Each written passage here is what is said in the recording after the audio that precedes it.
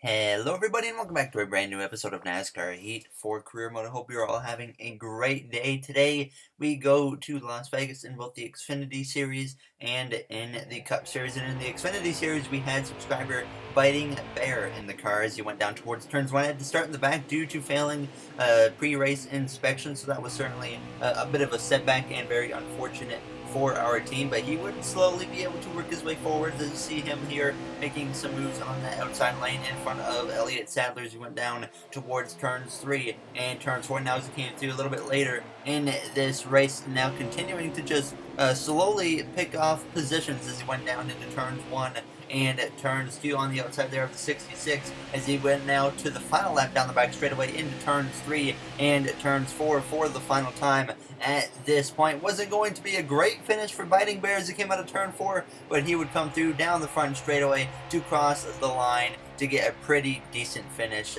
considering where we started with 25th. Certainly could have been better, but obviously Las Vegas, a tough track in this game, so we cut straight through into Cup Series qualifying, where I'd actually put in a custom setup for this race because we've seen how Las Vegas has treated us here early in the career mode now as it would come through to cross the line, and we actually beat our goal and we go P8, so it's a great qualifying effort here today at Las Vegas. So now we're going to get right into the race here. No pre-show from myself because nothing really happened in Atlanta, so we'll send it over to Rick. Makes its first of 2 stops in Las Vegas for the Pennzoil 400 presented by Jiffy Lube. The field is stacked with drivers seeking to get on a roll, so let's head down to the track. Alright, there you had it from Rick Allen as we're ready to go green here at Las Vegas Motor Speedway.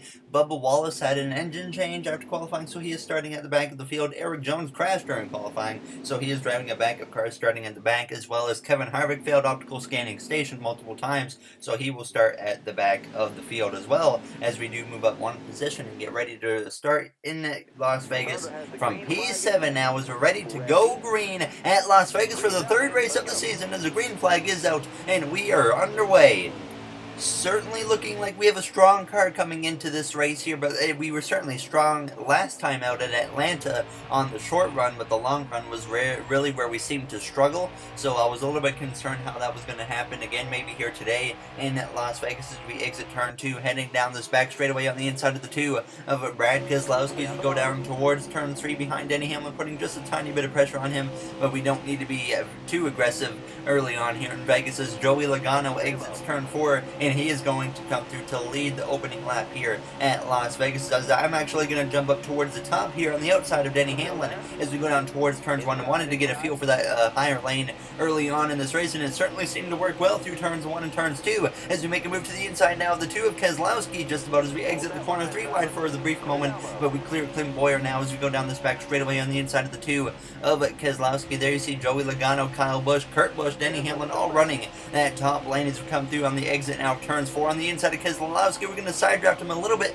but he hangs on to that position, and we wouldn't quite be able to get past him because he came through now on lap 5, still running P6 behind Keselowski as we came through turns 3 and turns 4. Now just trying to stick with him at this point. It was certainly becoming hard to stick with the 2, as you can see here now on the lap later on lap 7. Truex is able to get past me, so it certainly seems like we are losing some ground now at this point in Las Vegas. We come through to the halfway point in the stage, continuing to just kind of fall off, so the long run pace certainly not looking very good now as Chase Elliott looks to my inside and he would come through to make the pass as well as came through this front straightaway to cross the line, so pace falling off as the longer the run goes, so obviously not what we want. Kyle Busch, he was leading the race at this point now as we came through on lap 12 of 19 as we go down into turn 3. Alex Bowman had run us down at this point and he came through to look to my inside, but the caution actually comes out which saves us from losing another position, so we would come to pit road for 2 cans of fuel and 4 tires, and certainly very happy with that caution coming out, like I said, because it certainly seems like we don't have long run speed, so I make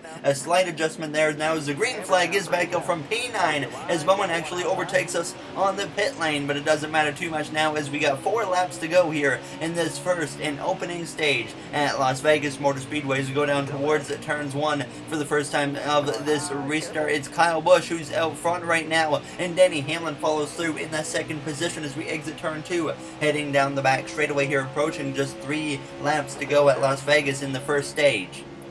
The short run certainly seems to be where we prevail the most, because we would move up to P6 as we came through, approaching a lap and a half to go 3 wide up the middle between Kurt Busch and Brad Keselowski as we go down the back straightaway towards turns 3. Denny Hamlin had taken the lead from his Joe Gibbs Racing teammate of Kyle Busch as we go through turns 3 and turns 4.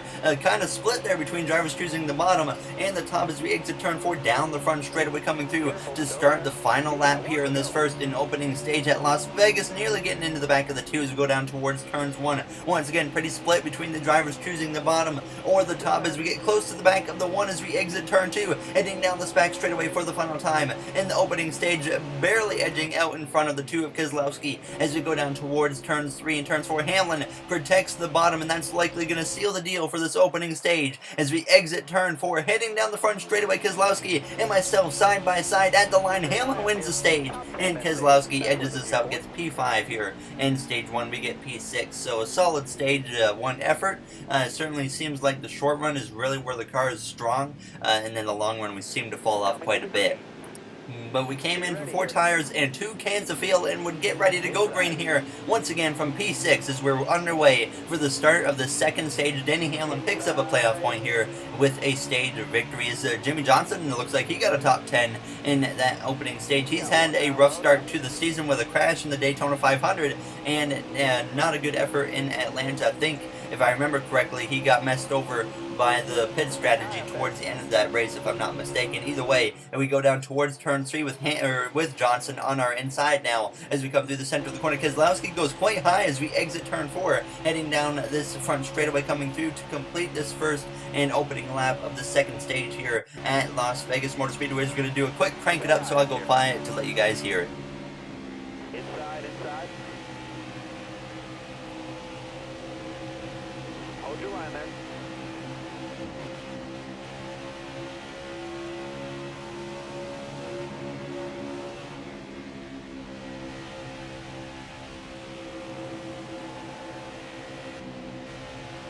Still there?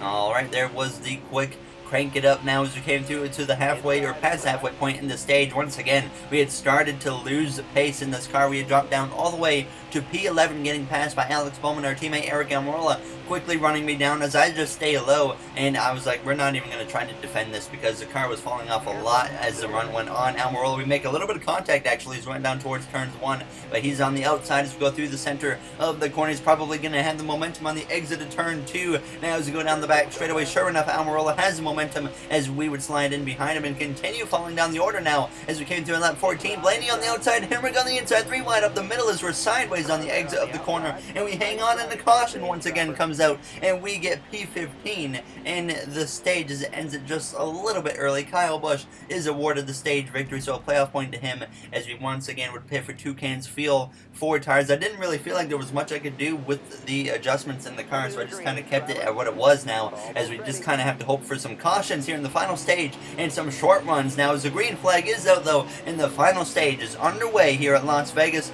28 laps to go, so not a whole lot of time remains now as we go down towards turns 1 and turns 2 for the opening lap in this third stage behind the 12 of the Penske driver of Ryan Blaney, who hasn't really had a ton of success at that Penske team. Certainly want to see him improve. He's got 1 Roval win with that team, obviously 2 career wins as he did win in the 21 car back at Pocono, and I believe that was 2016 or 15 if I remember correctly. Now as we exit turn 4 on the inside of Alex Bowman as we come through the tri-oval, crossing the line, completing the first lap of this third and final stage. Obviously, the first probably 6-7 laps are going to be our biggest opportunity to gain a lot of positions, but then it seems like the car is going to fall off after that point. So basically, we're just going to have to hope for some cautions here in this final stage, and we get some short runs, and I think we'll definitely have a chance to get still a pretty decent finish if that happens. So making more moves on this inside lane now as we come through on the exit of turn 4. We're going to make it 3 wide there with Eric Jones and Martin Truex Jr. as we come through the tri-oval, crossing the line there. Now 26 laps remain as Keselowski is going to go to the far outside with myself and Eric Jones as we go down towards turns 1 and turns 2. Now up into the 9th position behind Martin Truex Jr. as we exit turn 2 on his back bumper now as we went down that back straightaway. We would continue though in P8 as we came down to lap 47, and now Keselowski looks to my inside, barely tags me in the left rear. Kind of caught me off guard. Now the tires once again starting to give up some pace as we exit turn 2, heading down the back straightaway. Larson, he would close in pretty quickly, as well as you see him filling up my mirror at this point now as we go down towards turn 3. Kyle Busch continuing to lead the way at this point now as we came through on lap 49. You can see the cars had driven away. Larson looks to my inside, as well as Bowman's trying to follow through. So we're about to drop down to the 11th position as we exit turn 4, heading down the front straightaway. So down to P11 as we came through to cross the line there. Now as we came through a few laps later on lap 52, Jones going to send it up the inside as well, just like Keselowski did. Now as he comes through turn 3 and turn 4, barely made some contact, and that kind of moved me up the track, and that allows him and Almirola to go through, as now Blaney and Hemrick are going to put on the pressure as we hit 15 to go. At this point, I was just hoping for a caution to come out, because now you see going through turns 1, Blaney sends it up the inside, no problems at all now as we come through on the exit of turn 2, getting a little bit sideways, making contact there with the 12 of Blaney, but thankfully we both keep the car in control as we go down the back straightaway into turn 3, so once again, just losing positions the longer these runs go. Usually, the long run favors me, but today it's been a completely different story, and same as Atlanta actually now, and so the Cup Series throwing a little bit of a curveball at us now as we come through to cross the line with 14 to go. I decided to just get out of the way for Daniel Hemrick as we went down towards turns 1, with now running down to P15, just trying to manage our race now as we came through the turns 1 and turns 2, sending it back up the inside of Hemrick, but can't quite make it happen now as we go down the back straightaway, but we get the caution that we need as we go down into turns 3.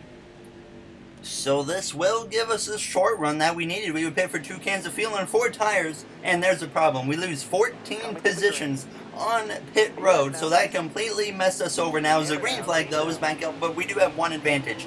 Apparently we definitely seem to have fresher tires than other drivers. I was thinking that it looked like with 10 laps to go, other drivers must have just taken 2 tires, so that's something we got to keep in our mind for future races now as we go down towards turns 1 and turn 2. I just kind of felt like 4 tires was a go-to for that one now as we exit turn 2, because 10 laps in a NASCAR game, I guess, can still be a good amount of time to make 4 tires work, so it kind of surprised me that the AI didn't take 4 tires as we go through turns 3 and turns 4. Obviously, jumping up to the top, that's going to be our best chance to make up some ground as we get into the back there of the 17 of Ricky Stenhouse Jr., but we would get up to this top, like I said, again on the outside of Stenhouse, and we would just start making moves here, and we would climb up to P19 as we came through on lap 61 behind our teammate Clint Boyer, and there's trouble on the outside though. It's the 31 of Tyler Reddick in the wall, and that's going to bring out another caution. Kurt Busch leads the way, no pit stop necessary here with 7 laps to go. So once again, we get ready to go green, this time from the 17th position. So we might have a shot at the top 10 if everything goes well, as the green flag is back out.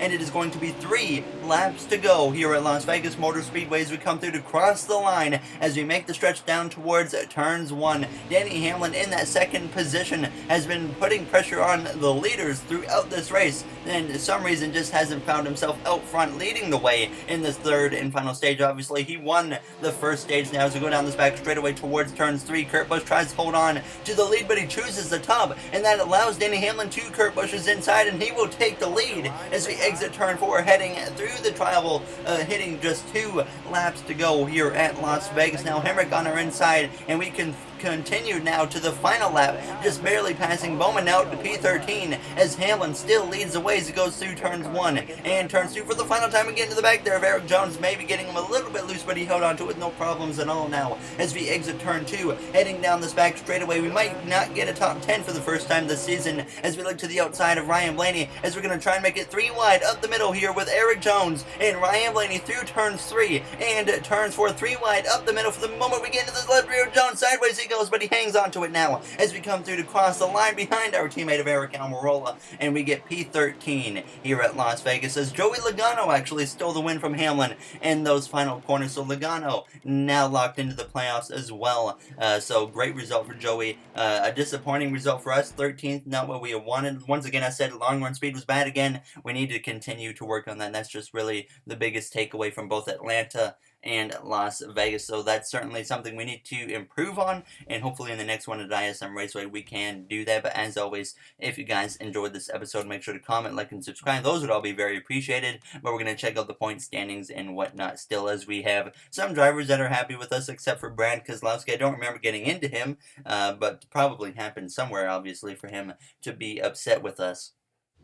But in the next one, we go to ISM Raceway, a track that I've had a lot of ups and downs at in NASCAR Heat 3, so it's certainly going to be interesting to see how that one goes for us. So hopefully we can have some strong runs, but here we see the point standings on the screen. So right now, P2 in the overall standings, but P4 in the playoff standings since we don't have a win. So hopefully we can make it in the playoffs with no problem. Eric Jones, the last car in. Currently, Jimmy Johnson's having a rough start to the season as well as many other drivers. But that will do it for this episode. So I'll see you guys in the next one. Thank you for watching, everybody, and have a great day.